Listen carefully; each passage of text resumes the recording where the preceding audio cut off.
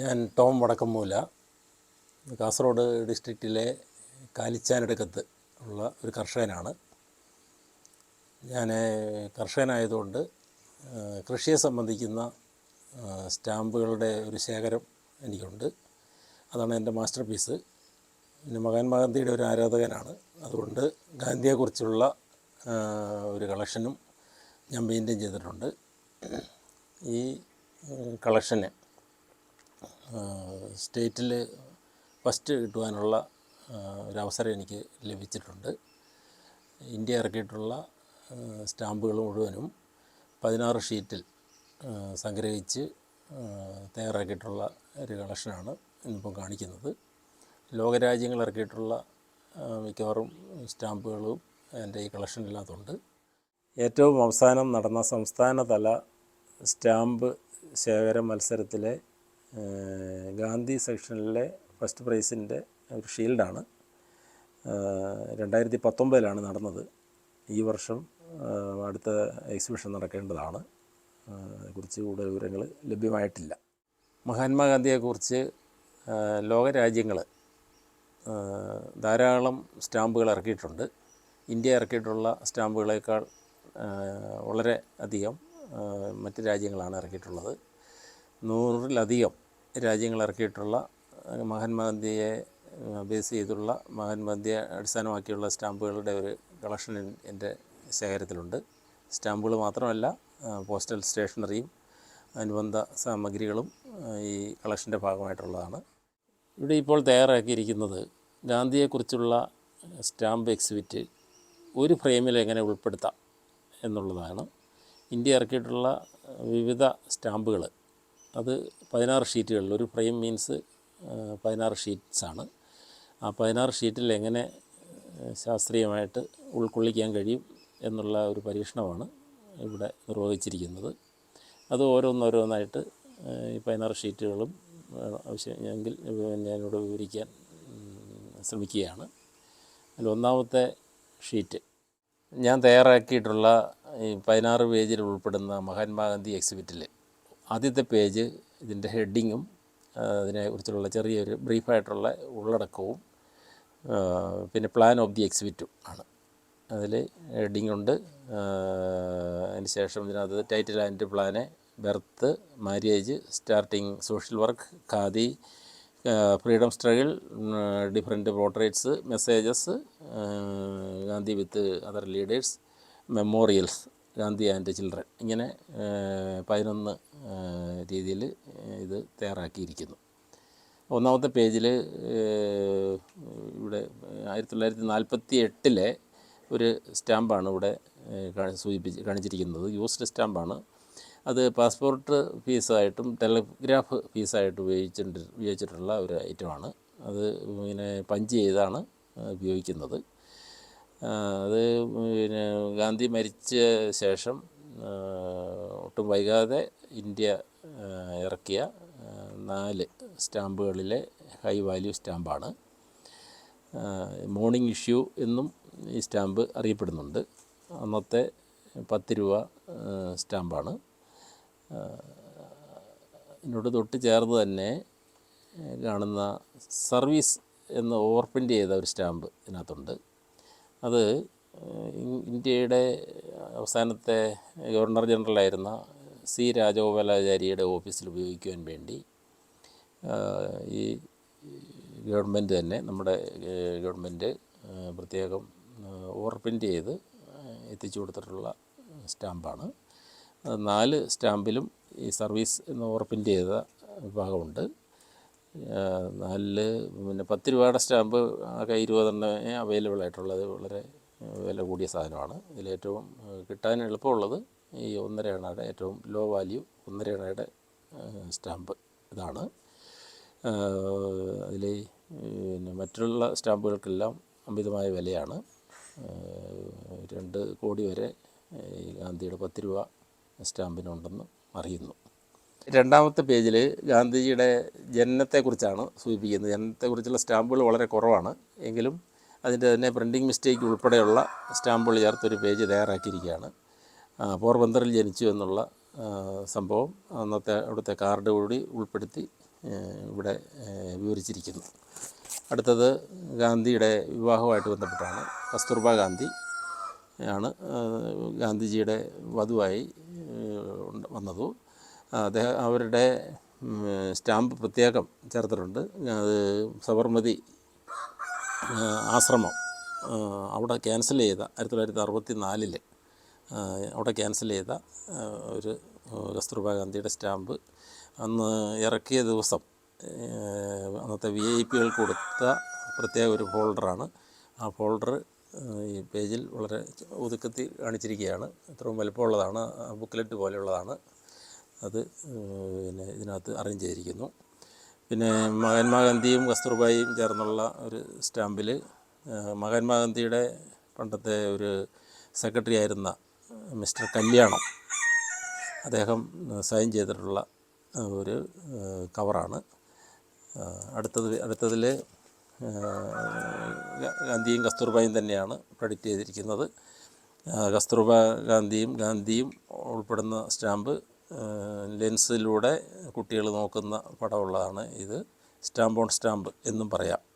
ഇത് ഗാന്ധിയും കസ്തൂർബായുള്ള പിന്നെ പോസ്റ്റൽ കാർഡാണ്. 1952 ഇറക്കിയിട്ടുള്ള ഒരു ഐറ്റമാണ്. ഇതെല്ലാം പ്രിൻറ്റിങ് മിസ്റ്റേക്ക് ഉള്ളതാണ്. ഇത് നോർമലാണ്. മഹാത്മാഗാന്ധി ഇംഗ്ലണ്ടിൽ നിന്ന് ബാരിസ്റ്റർ പരീക്ഷ പാസ്സായ ശേഷം ഇന്ത്യയിൽ മടങ്ങി വന്നതുമായിട്ട് ബന്ധപ്പെട്ട സ്റ്റാമ്പുകളാണ് ഇതിൽ കാണിച്ചിരിക്കുന്നത്. സ്റ്റാമ്പ് പൊതിഞ്ഞു വരുന്ന പാക്കറ്റിൻ്റെ മുകളിൽ ഒട്ടിച്ചിട്ടുള്ള ഒരു ലേബലാണ് 2014 സ്റ്റാമ്പിൻ്റെ മുകളിൽ ഉപയോഗിച്ചിട്ടുള്ള ലേബലിലൂടെ റോസ് കളറിൽ കാണിച്ചിരിക്കുന്നു. ഇതും പ്രിൻറ്റിങ് മിസ്റ്റേക്കാണ്. പെർഫറേഷൻ പുറത്തേക്ക് പോയിരിക്കുന്നു. ഗാന്ധിജിയുടെ ഖാദിയുമായി ബന്ധപ്പെട്ട സ്റ്റാമ്പുകളാണ് ഈ ഒരു പേജിൽ അവതരിപ്പിച്ചിരിക്കുന്നത്. 1969 ഗാന്ധിയുടെ ജയന്തിയുമായിട്ട് ബന്ധപ്പെട്ട് ഇറക്കിയ 4 സ്റ്റാമ്പുകളിലെ ഹൈ വാല്യൂ ആണ്. അതിൽ ഒരു ചെറിയ പ്രിൻറ്റിങ് മിസ്റ്റേക്ക് ഇവിടെ വന്നിട്ടുണ്ട്.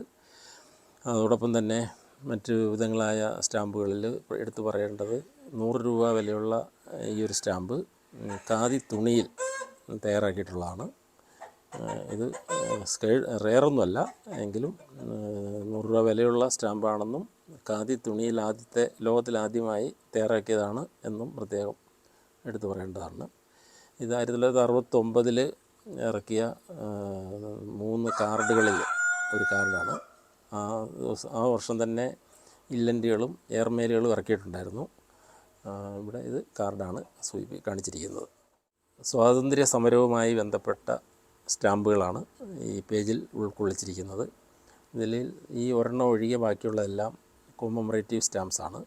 ഇത് ഡെഫിനിറ്റീവ് സ്റ്റാമ്പ്, അത് എണ്ണം വളരെയധികം ഉണ്ടാകും. ഇതിൻ്റെ 10 ഇരട്ടി അതിലും അധികമോ പ്രിൻ്റ് ചെയ്യുന്നതാണ് ഡെഫിനിറ്റീവ്സ്. അത് ഏറ്റവും കോമൺ ആയിട്ട് നമുക്ക് കിട്ടും. പിന്നെ അടിയിൽ കാണിച്ചിരിക്കുന്നത് മിനിയേച്ചർ ഷീറ്റാണ്. സ്വാതന്ത്ര്യ സമരവുമായിട്ട് ബന്ധപ്പെട്ട വിവിധ പ്രക്ഷോഭങ്ങളുടെ പടങ്ങളാണ് ഇതിലും കാണിച്ചിട്ടുള്ളത്. സ്വാതന്ത്ര്യ സമരവുമായി ബന്ധപ്പെട്ട ഐറ്റംസ് തന്നെയാണ് അടുത്ത പേജിലും കാണുന്നത്. നീലം കർഷകരുമായി ബന്ധപ്പെട്ട സമരത്തിന് നേതൃത്വം കൊടുക്കുന്ന രംഗമാണ് ഈ മിനിയേച്ചർ ഷീറ്റിൽ കാണിച്ചിരിക്കുന്നത്. ഈ മിനിയേച്ചർ ഷീറ്റിനൊരു പ്രത്യേകതയുണ്ട്. ഇതിൻ്റെ പെർഫറേഷൻ മീൻസ് ഇതിൻ്റെ ദ്വാരങ്ങൾ, ഒരു സ്റ്റാമ്പ് മറ്റൊരു സ്റ്റാമ്പുമായിട്ട് വേർപെടുത്തുന്ന ആ ദ്വാരങ്ങൾ വളരെയധികം വ്യത്യസ്തമായിട്ട് മാറിപ്പോയിട്ടുണ്ട്. ഇത്രയും മാറിപ്പോയിട്ടുണ്ട്. ആരോ കാണിച്ചിരിക്കുന്ന അതിലൂടെ അടിയിലൂടെ വരേണ്ടതാണ്, അതില്ല. ഇത് പുറത്തേക്ക് ചാടിപ്പോയിട്ടുണ്ട്. അങ്ങനെ ഉള്ള നേരിയ ഇത് വളരെ ശ്രദ്ധേയമായ റിമാർക്കബിൾ പ്രിൻറ്റിങ് എററാണ്. ഇത് മിനിയേച്ചർ ഷീറ്റ് സത്യാഗ്രഹ സമരത്തിൻ്റെ 100ാം വാർഷികത്തിന് ഇറക്കിയിട്ടുള്ളതാണ്. സ്വാതന്ത്ര്യ സമരവുമായി ബന്ധപ്പെട്ട സ്റ്റാമ്പുകൾ തന്നെയാണ് ഈ പേജിലും അവതരിപ്പിച്ചിരിക്കുന്നത്. ഈ സ്റ്റാമ്പ് നീളം കൂടിയതാണ്. 2 അറ്റത്തും ഒരു ചെറിയ സ്റ്റാമ്പ്, അധികം ഒരു വലിയ സ്റ്റാമ്പ്. സെറ്റൻഡ് എന്നാണ് ഇതിന് പറയുന്ന ഫിലറ്റലിയിലെ നിർവചനം. അതോടൊപ്പം തന്നെ ഗാന്ധി ചെറിയ പ്രായത്തിലുള്ളയാളും പ്രായം ചെന്ന ശേഷമുള്ള ഗാന്ധി, ഇത് രണ്ടും കൂടെ ഒരുമിച്ച് ഇറക്കിയിട്ടുള്ള സോവനീർ ഷീറ്റ്. ഇത് ആഫ്രിക്കയും ഇന്ത്യയും ഒരേ സമയത്ത് ഇത്തരം സ്റ്റാമ്പുകൾ ഇറക്കിയിരുന്നു. ആഫ്രിക്ക ഇറക്കിയ സ്റ്റാമ്പുകൾ മറ്റ് കളക്ഷനിൽ ഉൾപ്പെടുത്തിയിട്ടുണ്ട്. ഇന്ത്യയുടെ മാത്രമാണ് നമ്മളിവിടെ പ്രതിപാദിക്കുന്നത്. അതോടൊപ്പം തന്നെ 1998 ഇറക്കിയ സ്റ്റാമ്പാണ് ഈ 4 അത് സെറ്റനിൻ്റെ സെറ്റ് ഓഫ് 4 ആണ്. ഇതിലും മുകളിലൊരു ചെറിയ പ്രിൻറ്റിങ് മിസ്റ്റേക്ക് സംഭവിച്ചിട്ടുണ്ട്. അതോടൊപ്പം തന്നെ miniature sheet 75th anniversary of Dandi March, Dandi യാത്രയുടെ 75ാം വാർഷികത്തിന് ഇറക്കിയ ഒരു ഐറ്റമാണ്. ഈ മിനിയേച്ചർ ഷീറ്റിൽ അതിൻ്റെ റൂട്ട് വരെ ഇതിനകത്ത് കാണിച്ചിട്ടുണ്ട്. ഈ ചെറിയ കളക്ഷനിലെ ഏറ്റവും പ്രധാനപ്പെട്ട ഒരു പേജാണ് ഇപ്പോൾ കാണുന്നത്. 1948 മഹാത്മാഗാന്ധിയുടെ സെറ്റ് ഓഫ് 4 വ്യത്യസ്ത സ്റ്റാമ്പുകൾ ഇറക്കിയതിൻ്റെ ഫസ്റ്റ് ഡേ കവർ ഉൾപ്പെടുന്ന ഒരു പേജാണ്. ഇതിൽ തന്നെ 1.5 അണ, 3.5 അണ, 12 അണ, 10 രൂപ ഇത്രയാണ് അന്ന് ഇറക്കിയത്. അതിലിവിടെ കാണിച്ചിട്ടുള്ള 1.5 അണ സ്റ്റാമ്പിൽ ഈ പല്ലിൻ്റെ ഭാഗത്ത് ഒരു എക്സ്ട്രാ പല്ല് പ്രത്യക്ഷപ്പെടുന്നതായിട്ട് ഉള്ളതായിട്ട് കാണുന്നുണ്ട്. പിന്നെ ഈ 3.5 അണ തന്നെ 2 ഷെയ്ഡിൽ പിന്നെ കളർ വ്യത്യാസം ഉള്ളത് ഉൾപ്പെടുത്തിയിട്ടുണ്ട്. 12 അണയ്ക്കും അതേ പ്രത്യേകത തന്നെ, കളർ വേരിയേഷനുണ്ട്. ഇതിൽ ഈ 10 രൂപ കൂടെ ഉൾപ്പെടുന്ന പിന്നെ ഫസ്റ്റ് ഡേ കവറാണ് ശരിക്കും വേണ്ടത്. അതെനിക്ക് കിട്ടാത്തതുകൊണ്ട് സ്റ്റാമ്പ് പ്രത്യേകിച്ച് വെച്ചിരിക്കുന്നു.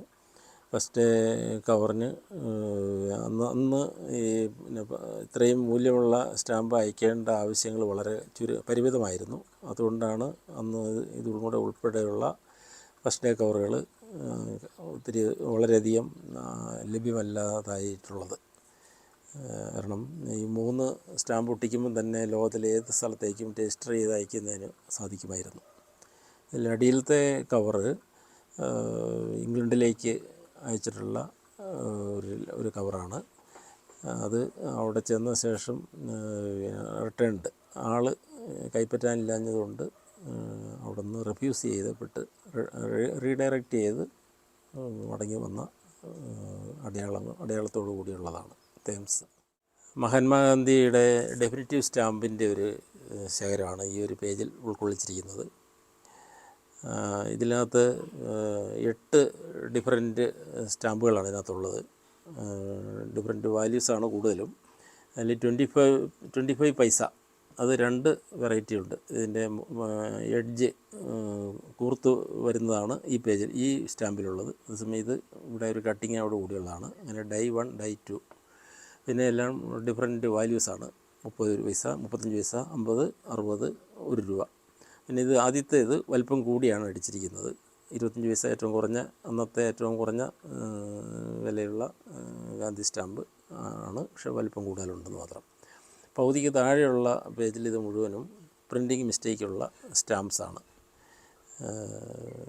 കടലാസ് മടങ്ങിയിരിക്കുന്നപ്പോൾ പ്രിൻ്റ് ചെയ്തതും അതുപോലെ തന്നെ കളർ വ്യത്യാസമുള്ളത്, ഫുൾ ഗ്യാപ്പ് വന്നത്, ഇതിനും ഫുൾ ഗ്യാപ്പ്, അതുപോലുള്ള വ്യത്യസ്തങ്ങളായ കട്ട് ചെയ്തപ്പോൾ മാറിപ്പോയത് മാതിരിയുള്ള മിസ്റ്റേക്കുകളാണ് ഇതിൽ സൂചിപ്പിച്ചിട്ടുള്ളത്. മഹാത്മാഗാന്ധിയുടെ പ്രസിദ്ധമായ 3 മെസ്സേജുകൾ ഈ ഒരു പേജിൽ ഉൾക്കൊള്ളിച്ചിരിക്കുന്നു. അതിലൊന്ന് ട്രൂത്ത് ഈസ് ഗോഡ്, അടുത്തത് സർവീസ് ഈസ് വർഷിപ്പ്. അത് രണ്ടും ഈ 3 കാർഡുകളിലായിട്ടുള്ളതാണ്, കാർഡ് ആൻഡ് കവർ.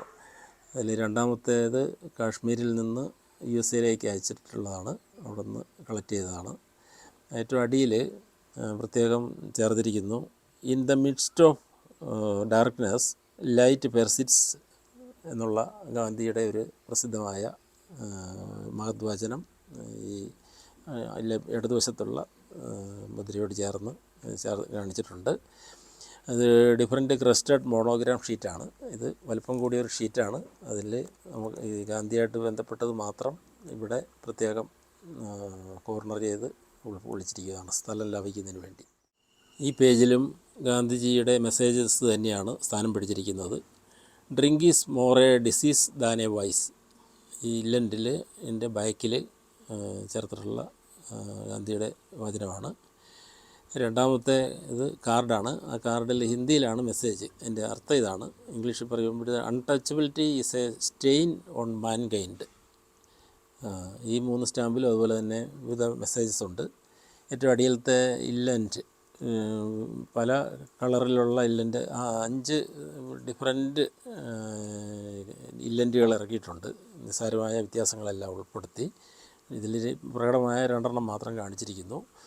ഇതിൽ എഴുതിയിരിക്കുന്നത് untouchability is a crime against God and man എന്നാണ്. മറ്റ് സ്വാതന്ത്ര്യ സമര സേനാനികളുമായി ചേർന്നുള്ള പിക്ചറുള്ള സ്റ്റാമ്പുകളാണ് ഇതിൽ കാണിച്ചിരിക്കുന്നത്. ഇത് ഗാന്ധിജി കോൺഗ്രസ് സമ്മേളന സ്റ്റേജിൽ ഇരിക്കുന്ന പിക്ചറാണ്. അതിൽ ആദ്യത്തെ സ്റ്റാമ്പിൽ നീല നിറം ഇല്ല, ദേശീയ പതാകയുടെ പ്രധാന ഭാഗത്ത്. ഇവിടെ അത് നോർമലായിട്ടുണ്ട്, ഇവിടെ ഇല്ല. പിന്നെ ഗാന്ധിജിയും നെഹ്റുവും ഒരുമിച്ചിരിക്കുന്ന സ്റ്റാമ്പാണ്. പക്ഷേ നെഹ്റു ആൻഡ് ഗാന്ധി എന്നാണ് ശരിക്കും പറയുകയാണെങ്കിൽ എഴുതേണ്ടത് എന്ന് എനിക്ക് തോന്നുന്നു. ആദ്യത്തെ ആൾ നെഹ്റു ആയതുകൊണ്ട് ഇവിടെ ഗാന്ധി ആൻഡ് നെഹ്റു എന്നാണ് സ്റ്റാമ്പിൽ സൂചിപ്പിച്ചിരിക്കുന്നത്.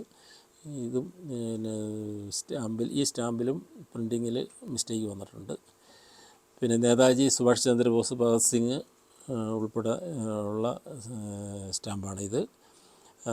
അതോടൊപ്പം തന്നെ ഇത് അഗർവാൾ സ്വാതന്ത്ര്യ സമര സേനാനിയായിരുന്നു. അദ്ദേഹത്തിൻ്റെ സ്റ്റാമ്പിൽ ഗാന്ധിജി അദ്ദേഹത്തോടൊപ്പം നടന്നു വരുന്ന ഒരു പിക്ചർ ഇതിനെ ചെറിയ വ്യൂവിൽ ഇതിനകത്ത് കാണിച്ചിട്ടുണ്ട്. ഈ സ്റ്റാമ്പിലും അതുപോലെ തന്നെ ജഗ്ലാലിൻ്റെ സ്റ്റാമ്പാണ്. പക്ഷേ ഗാന്ധി ചെറിയ തോതിൽ ഇതിനകത്ത് പ്രത്യക്ഷപ്പെട്ടിരിക്കുന്നു. ഏറ്റവും അടിയിലത്തത് ഷീറ്റ്ലെറ്റ് എന്ന പേര് വലിപ്പം കൂടിയതാണ്. ഇത് മഹാദേവപ്പ മല്ലേറിൻ്റെ ആണ്. പക്ഷേ ഗാന്ധി ഇതിലെ ഈ സൈഡിൽ മറ്റ് ജനങ്ങളോടൊപ്പം നടക്കുന്ന ഒരു പടമാണ് ചിത്രീകരിച്ചിരിക്കുന്നത്. ഇത് 10ാമതായി ഇവിടെ പ്രതിപാദിക്കുന്നത് ഗാന്ധിജിയുടെ ഓർമ്മയ്ക്കായി ഇന്ന് നിലവിലുള്ള ചില സംഭവങ്ങളാണ്. ഇന്ത്യ ഇറക്കിയിട്ടുള്ള 69 മുതലുള്ള നോട്ടുകളിൽ ഗാന്ധിയുടെ പടം ആലേഖനം ചെയ്തിട്ടുണ്ട്. അത് ഇവിടെ ഒരു നോട്ടിൻ്റെ ഭാഗമാണ് ഇവിടെ കാണിച്ചിട്ടുള്ളത്. ഇത് സിന്ധ്യ സ്കൂളിലെ പിന്നെ ഗ്രൗണ്ടാണ്. ആ ഗ്രൗണ്ടിലൊരു സ്റ്റാച്യു ഗാന്ധിയുടെ പേരിൽ തന്നെ, Gandhi statue in Scindia school എന്ന് പ്രത്യേകം മെൻഷൻ ചെയ്തിട്ടുണ്ട്. സ്റ്റാമ്പിൽ ഗാന്ധിയുടെ പ്രതിമ വളരെ ചെറുതായിട്ട് മാത്രമേ കാണാൻ കഴിയൂ എന്നേ ഉള്ളൂ. എങ്കിലും ഗാന്ധി മെമ്മോറിയലാണിത്. അതുപോലെ തന്നെ മഹാത്മാഗാന്ധിയുടെ പേരിലൊരു പാലമുണ്ട്, മഹാത്മാഗാന്ധി സേതു ബ്രിഡ്ജ്. അത്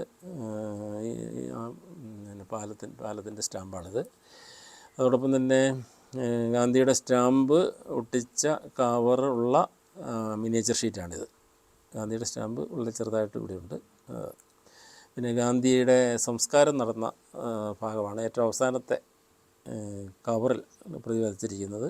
രാജ്ഘട്ടിലാണ് മഹാത്മാഗാന്ധിയെ സംസ്കരിച്ചിരിക്കുന്നത്. ആ രാജ്ഘട്ടിൻ്റെ സ്പെഷ്യൽ ക്യാൻസലേഷൻ ഉള്ള കവറാണിത്. ഈ 16 പേജുള്ള കളക്ഷനിലെ അവസാനത്തെ ഐറ്റം മഹാത്മാഗാന്ധിയും കുട്ടികളും എന്നുള്ളതാണ്. അതിൽ ഗാന്ധിയും ഒരു കുട്ടിയും കൂടെ നിൽക്കുന്ന 1952 പോസ്റ്റൽ കാർഡാണ് മുകളിൽ കാണിച്ചിരിക്കുന്നത്. താഴെ ഗാന്ധി ഒരു കുട്ടിയെ ചുംബിക്കുന്ന പടമുള്ള മാക്സിം കാർഡെന്ന് പറയും ഇതിൻ്റെ പേര്, മാക്സിം കാർഡ്. ഈ സ്റ്റാമ്പ് ഇറക്കിയ ദിവസത്തെ ഒഫീഷ്യൽ ബ്രോഷറാണ് വലതുവശത്ത് കാണുന്നത്.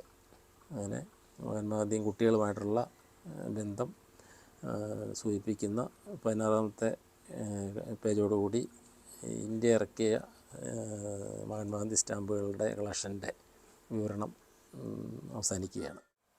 ടോമാട്ടോ, നമ്മൾ ഇത്രയും നേരം കണ്ടുകൊണ്ടിരുന്നത് ഇന്ത്യ ഇറക്കിയ മഹാത്മാഗാന്ധിൻ്റെ സ്റ്റാമ്പ് ശേഖരണങ്ങളാണ്. അപ്പോൾ ഇന്ത്യ അല്ലാണ്ട് പുറത്തുള്ള രാജ്യങ്ങൾ സ്റ്റാമ്പ് ഇറക്കിയിട്ടുണ്ടോ മഹാത്മാഗാന്ധിൻ്റെ പേരിൽ? ഞാൻ മുമ്പ് ചെറുതായിട്ട് സൂചിപ്പിച്ചിരുന്നു. മഹാത്മാഗാന്ധിയെക്കുറിച്ച് ഇന്ത്യ ഇറക്കിയതിനേക്കാൾ കൂടുതൽ സ്റ്റാമ്പുകൾ മറ്റ് രാജ്യങ്ങളാണ് ഇറക്കിയിരിക്കുന്നത്. 100-ലധികം രാജ്യങ്ങൾ ഇറക്കിയിട്ടുള്ള സ്റ്റാമ്പ് ഇവിടെ എൻ്റെ ഈ കളക്ഷൻ്റെ അകത്ത് തന്നെയുണ്ട്. എല്ലാ രാജ്യങ്ങളുടേതും ഇതിനകത്ത് വന്നിട്ടുണ്ടെന്ന് ഞാൻ കരുതുന്നില്ല. ഇനിയും ഞാൻ ശ്രമിച്ചുകൊണ്ടിരിക്കുന്നു. മുഴുവൻ പൂർത്തീകരിക്കാൻ സാധിക്കണമെന്നാണ് എൻ്റെയും ആഗ്രഹം. മഹാത്മാഗാന്ധിൻ്റെ കൂടാണ്ട് ടോമേട്ടൻ്റെ ഈ സ്റ്റാമ്പ് കളക്ഷനിൽ വേറെന്തൊക്കെയാണ് ഉൾപ്പെടുത്തിയിട്ടുള്ളത്? മഹാത്മാഗാന്ധി എൻ്റെ രണ്ടാമത്തെ കളക്ഷനാണ്. ആദ്യത്തേത് കൃഷി സംബന്ധമായിട്ടുള്ളതാണ്. കൃഷിയിൽ അഗ്രികൾച്ചറൽ ഡെവലപ്മെൻറ്റ് എന്ന ടൈറ്റിലാണ് ഞാൻ കൃഷിയെക്കുറിച്ചുള്ള സ്റ്റാമ്പ് തയ്യാറാക്കിയിരിക്കുന്നത്. പിന്നെ അതിനോടനുബന്ധിച്ച് എല്ലാ കാർഷിക വിളകളുടെയും സ്റ്റാമ്പുകളുണ്ട്. ഡൊമസ്റ്റിക് ആനിമൽസ് ആൻഡ് ബേഡ്സ് അതിൻ്റെ കളക്ഷനുണ്ട്. അത് പിന്നെ കൃഷിയായിട്ട് ബന്ധപ്പെട്ട ഒരു 40 ഫ്രെയിം സ്റ്റാമ്പ് ഉണ്ടാവും. ഇത് ഗാന്ധിയുടേത് ആകെ 15 ഫ്രെയിം സ്റ്റാമ്പേ ആകെയുള്ളൂ. ടോമേട്ട എങ്ങനെയാണ് ഈ ഒരു സ്റ്റാമ്പ് ശേഖരണത്തിലേക്ക് ടോമേട്ടന് എത്തിയത്? എന്തെങ്കിലും ആരെങ്കിലും കണ്ട് ഒരു പ്രചോദനം ഉൾക്കൊണ്ടിട്ട് ഇതിലേക്ക് എൻ്റർ ചെയ്തതാണോ? അതിനൊരു പ്രത്യേക കാരണമുണ്ട്. എനിക്ക് 68 വയസ്സ് ഇപ്പം പ്രായമുണ്ട്. സ്കൂളിൽ പഠിക്കുന്ന കാലഘട്ടത്തിൽ ഈ സ്റ്റാമ്പ് ശേഖരണം ഒരു പ്രധാനപ്പെട്ട വിനോദ പരിപാടിയായിരുന്നു. ക്ലാസ്സിൽ വളരെ ചുരുക്കം ആൾക്കാർക്ക് അന്നും ഈ സ്റ്റാമ്പ് ശേഖരണം ഉണ്ടായിരുന്നുള്ളൂ. ഒട്ടും ശാസ്ത്രീയമായിട്ടുള്ള രീതിയിലുള്ള സ്റ്റാമ്പ് ശേഖരണമൊന്നുമല്ല അന്ന് ഉണ്ടായിരുന്നത്. എനിക്ക് പ്രചോദനമായിട്ടുള്ളൊരു പ്രധാന ഘടകം അധ്യാപകനായിരുന്ന എൻ്റെ ഒരു അമ്മാവൻ സ്റ്റാമ്പ് പിന്നെ പ്രത്യേകം ആൽബം ഉണ്ടാക്കി, സ്വന്തമായിട്ട് തന്നെ അദ്ദേഹം ഉണ്ടാക്കിയ ആൽബത്തിൽ ഇത് ഒട്ടിച്ച് വളരെ മയത്തിലുള്ള ബട്ടർ പേപ്പർ ഉപയോഗിച്ച് പുറകിൽ ഹിഞ്ച് ചെയ്ത് സൂക്ഷിച്ചിരുന്നത് എൻ്റെ ശ്രദ്ധയിൽപ്പെട്ടിട്ടുണ്ട്. അതിനെ തുടർന്ന് 5ാം ക്ലാസ്സിൽ പഠിക്കുന്ന സമയത്താണ് ഞാൻ ഈ കളക്ഷൻ ആരംഭിച്ചത്. പക്ഷേ എനിക്കിത് കളക്ഷൻ ആരംഭിച്ചെങ്കിലും ഇതിൻ്റെ നല്ല രീതിയിലേക്ക് ഇതിൻ്റെ കളക്ഷൻ കൊണ്ടുപോകാൻ അവസരം കിട്ടിയത് കേരളത്തിലുള്ള വിവിധ ഹോബി ക്ലബ്ബുകളുമായിട്ട് ബന്ധപ്പെട്ടത് കാരണമാണ്. അപ്പം ക്ലബ്ബുകളിൽ ചെന്നപ്പോൾ പലതരത്തിലുള്ള അറിവുകൾ അവിടെ നമുക്ക് കിട്ടി. അതോടൊപ്പം തന്നെ പോസ്റ്റൽ ഡിപ്പാർട്ട്മെൻറ്റ് സംഘടിപ്പിച്ച പല പ്രദർശനങ്ങളിലും മത്സര പ്രദർശനങ്ങളിൽ പങ്കെടുക്കാൻ കഴിഞ്ഞു. അതിൽ ഒരുവിധം നല്ല രീതിയിൽ അവതരിപ്പിക്കാനുള്ള അവസരങ്ങൾ കിട്ടി. അപ്പം കൂടുതൽ ഇതിനെക്കുറിച്ച് കുറേ കൂടെ മെച്ചപ്പെടുത്തണം എന്നുള്ളൊരു ആഗ്രഹം പിന്നീടുണ്ടായി. ടോമേട്ടൻ്റെ ഹോബിയിൽ ഈ സ്റ്റാമ്പ് ശേഖരണം അല്ലാണ്ട് വേറെന്തെങ്കിലും ഉണ്ടോ? എനിക്ക് പല ഹോബികളുണ്ട്. നാണയങ്ങൾ, നോട്ടുകൾ, മെഡലുകൾ, ടോക്കണുകൾ, ടെലിഫോൺ കാർഡുകൾ, ഇത്രയും ഏറ്റവും കൂടെ ഞാൻ കളക്ട് ചെയ്യുന്നുണ്ട്. പക്ഷേ എനിക്ക് ഏറ്റവും കൂടുതൽ മനസ്സിനൊരു ഉല്ലാസം കിട്ടുന്നത് ഈ സ്റ്റാമ്പ് ശേഖരണം തന്നെയാണ്. സ്റ്റാമ്പ് ശേഖരണത്തിൻ്റെ 10 മടങ്ങ് അല്ലെങ്കിൽ അതിൽ കൂടുതൽ മൂല്യമുള്ളതായിരിക്കാം മറ്റ് കളക്ഷനുകളൊക്കെ. പക്ഷേ ഇതാണ് മനസ്സിന് ഉണർവ് നൽകുന്നത് എന്ന് പ്രത്യേകം പറയാൻ ഞാൻ ആഗ്രഹിക്കുന്നു. ടോമേട്ടൻ എങ്ങനെയാണ് ഈ സ്റ്റാമ്പുകൾ ഇത്രയും ശേഖരിച്ചത്? എങ്ങനെ നിങ്ങൾക്ക് ഇതിൻ്റെ ഇപ്പം ഈ വാട്സപ്പും സോഷ്യൽ മീഡിയയിൽ ഇപ്പോൾ അടുത്ത കാലത്താണ് വന്നത്. അപ്പോൾ ഇതിനു മുമ്പ് എങ്ങനെയാണ് ടോമേട്ടൻ ഇത്രയും ഈ ഒരു കളക്ഷൻ കൊണ്ടുവരാൻ എങ്ങനെയാണ് നിങ്ങൾ ഈ ഒരു സോഴ്സ്? ഇത് ഈ ക്ലബ്ബുകളിൽ പോകാൻ ആരംഭിച്ചപ്പോൾ പലതരത്തിലുള്ള സ്റ്റാമ്പുകൾ, പല സബ്ജക്റ്റുകൾ ശേഖരിക്കുന്ന ആളുകളുമായിട്ട് പരിചയപ്പെടുവാനുള്ള അവസരം കിട്ടി. അപ്പോൾ മറ്റുള്ള ആളുകളുടെ സബ്ജക്റ്റുകൾ എൻ്റെ കയ്യിലുള്ളത് അവർക്ക് കൊടുക്കുകയും അവരുടെ കയ്യിലുള്ള എൻ്റെ സബ്ജക്റ്റുകൾ അവരിൽ നിന്ന് ഞാൻ സ്വീകരിക്കുകയും ചെയ്ത് അങ്ങനെ ഒരു എക്സ്ചേഞ്ച് രീതിയിലൂടെയാണ് ആരംഭഘട്ടത്തിലൊക്കെ ഇത് ഡെവലപ്പ് ചെയ്യാൻ സാധിച്ചത്. പിന്നെ അഖിലേന്ത്യാ പ്രദർശനങ്ങളിലും മറ്റും ഇന്ത്യക്ക് വെളിയിൽ നിന്നുള്ള കച്ചവടക്കാർ വരെയും പങ്കെടുക്കാറുണ്ട്. അപ്പോൾ അവരിൽ നിന്നല്ല വില കൊടുത്ത് വാങ്ങാനും പണ്ടൊക്കെ സാധിക്കുമായിരുന്നു. ഇപ്പം പിന്നെ ഡീലർമാരുടെ ആവശ്യമില്ല. പിന്നെ വാട്സപ്പ് വഴി ഓൺലൈനായിട്ട് നമുക്ക് സ്റ്റാമ്പുകൾ വാങ്ങാനുള്ള അവസരം ഉണ്ട്. ഈ സ്റ്റാമ്പ് ശേഖരണമായിട്ട് ബന്ധപ്പെട്ടിട്ട് ഏതെങ്കിലും ക്ലബ്ബിൽ ടോമേട്ടന് പ്രവർത്തിക്കുന്നുണ്ടോ? ഇപ്പോൾ സജീവമായി പ്രവർത്തിക്കുന്നില്ല. പക്ഷേ ഞാൻ സജീവമായി നേരത്തെ പ്രവർത്തിച്ചിരുന്നു. കോട്ടയം ഫിലാറ്റലിക് സൊസൈറ്റിയുടെ ദീർഘകാലത്തെ സെക്രട്ടറി ആയിരുന്നു. ഞാൻ ജനിച്ചത് കോട്ടയം ജില്ലയിൽ കടുത്തുരുത്തിക്ക് അടുത്ത് മാന്നാർ എന്ന് പറഞ്ഞ സ്ഥലത്താണ്. അത് കോട്ടയം ജില്ലയിലായതുകൊണ്ട് അവിടെ എനിക്ക് പ്രവർത്തിക്കാൻ കഴിഞ്ഞു. 20 വർഷം മുമ്പ് ഞാൻ കുടുംബസമേതം ഈ കാലിച്ചാനടുക്കത്തേക്ക് കൃഷി സംബന്ധമായി താമസം മാറിയതിനെ തുടർന്ന് എനിക്ക് അവിടുത്തെ പ്രവർത്തനം തുടർച്ചയായിട്ട് ചെയ്യാൻ കഴിയുന്നില്ല. എങ്കിലും അവിടുത്തെ വിശേഷ അവസരങ്ങളിലെല്ലാം ഇപ്പോഴും കോട്ടയത്ത് ഞാൻ പോകാറുണ്ട്. കഴിഞ്ഞ 3 മാസം മുമ്പ് നടന്ന ഒരു പ്രദർശനത്തിൽ ഞാൻ പങ്കെടുത്തിരുന്നു. അത് ഈ വൺ ഫ്രെയിം എക്സിബിറ്റ് ഗാന്ധിയെക്കുറിച്ചുള്ളത് അവിടെ ഞാൻ അവതരിപ്പിച്ചായിരുന്നു. പിന്നെ ഇവിടെ വന്ന ശേഷം കണ്ണൂർ ക്ലബ്ബുമായിട്ട് ബന്ധപ്പെട്ട് പ്രവർത്തിച്ചിട്ടുണ്ട്. അതിൻ്റെ വൈസ് പ്രസിഡൻ്റായിരുന്നു. എറണാകുളത്ത് തന്നെ സ്റ്റാമ്പ് ക്ലബിൻ്റെ ഭാരവാഹിയായിട്ടുണ്ട്. അവിടെ തന്നെ കോയിൻ ക്ലബിൻ്റെ പല ടീമിൽ പ്രസിഡൻ്റായി സേവനമനുഷ്ഠിക്കാനുള്ള അവസരവും എനിക്ക് കിട്ടിയിട്ടുണ്ട്. കേരള ന്യൂമിസ്മാറ്റിക് സൊസൈറ്റി എന്നാണ് കോയിൻ ക്ലബിൻ്റെ പേര്. ടോമേട്ടാ, മഹാത്മാഗാന്ധിൻ്റെ സ്റ്റാമ്പ് ശേഖരണത്തിൽ ഏട്ടന് സ്റ്റേറ്റ് ലെവലിൽ മത്സരത്തിൽ പങ്കെടുത്തെന്ന് പറഞ്ഞല്ലോ. അപ്പോൾ അതുപോലെ വേറെന്തെങ്കിലും ഈ സ്റ്റാമ്പ് ശേഖരണത്തിൽ ഏട്ടനിങ്ങനെ മത്സരത്തിൽ പങ്കെടുക്കാൻ ശ്രമിച്ചിട്ടുണ്ടോ? പങ്കെടുക്കാൻ ശ്രമിച്ചിട്ടുണ്ട്. 2000-ൽ ഭുവനേശ്വറിൽ നടന്ന ഓൾ ഇന്ത്യ സ്റ്റാമ്പ് മത്സരത്തിൽ government of India postal department സംഘടിപ്പിച്ചതാണ്. അപ്പോൾ അതിൽ പങ്കെടുക്കാനും അന്ന് ഒരു ബ്രോൺസ് മെഡൽ കിട്ടുവാനും സാധിച്ചിട്ടുണ്ട്. അതിനുശേഷം മഹാരാഷ്ട്ര നാസിക്കിൽ നടന്ന എക്സിബിഷനിൽ സിൽവർ മെഡൽ കിട്ടുകയുണ്ടായി. പിന്നീട് ബോംബെയിൽ ഒരു 5 വർഷം മുമ്പ് നടന്ന ഓൾ ഇന്ത്യ മത്സരത്തിൽ എനിക്ക് സിൽവർ മെഡൽ ബോംബെയിലും കിട്ടിയിട്ടുണ്ട്. സിൽവർ മെഡലിലും കൂടിയ മെഡൽ കിട്ടണം എന്നുള്ള ആഗ്രഹത്തിലാണ്, അതിനുള്ള പരിശ്രമത്തിലാണ് ഞാനിപ്പോഴുള്ളത്. എനിക്ക് കിട്ടിയ മെഡൽ തിമാറ്റിക്സ് വിഭാഗത്തിലാണ്. തിമാറ്റിക്സ് വിഭാഗം എന്ന് പറഞ്ഞാൽ ഏതെങ്കിലും ഒരു വിഷയത്തെക്കുറിച്ച് മാത്രമുള്ള അതിൽ എനിക്ക് 3 അഖിലേന്ത്യാ മെഡലുകൾ കിട്ടിയതും കാർഷിക ബന്ധമായിട്ടുള്ള സ്റ്റാമ്പിനാണ്. അഗ്രികൾച്ചർ ഡെവലപ്മെൻറ്റ് എന്ന കളക്ഷനിലാണ്. അതിന് മുകളിൽ കൃഷിയായിട്ട് ബന്ധപ്പെട്ട സബ്ജക്റ്റിന് ഇന്ത്യയിൽ മറ്റാർക്കും അതിൽ കൂടിയൊരു മെഡൽ കിട്ടിയതായിട്ട് അറിയുന്നില്ല.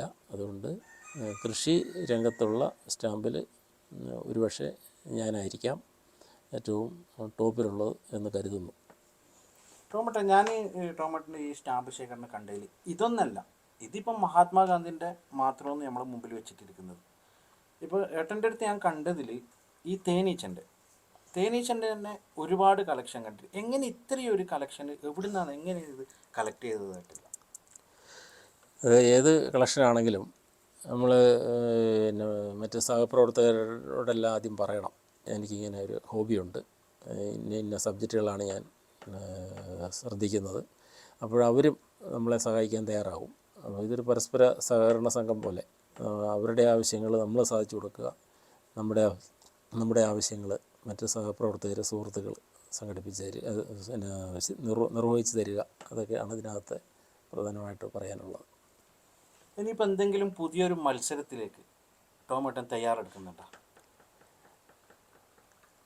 എനിക്ക് കൃഷിയായിട്ട് ബന്ധപ്പെട്ട ഒരു മത്സരത്തിൽ ഇനിയും കുറച്ചുകൂടെ ഹയർ മെഡൽ നേടണമെന്നുള്ള ഒരു ചിന്തയുണ്ട്.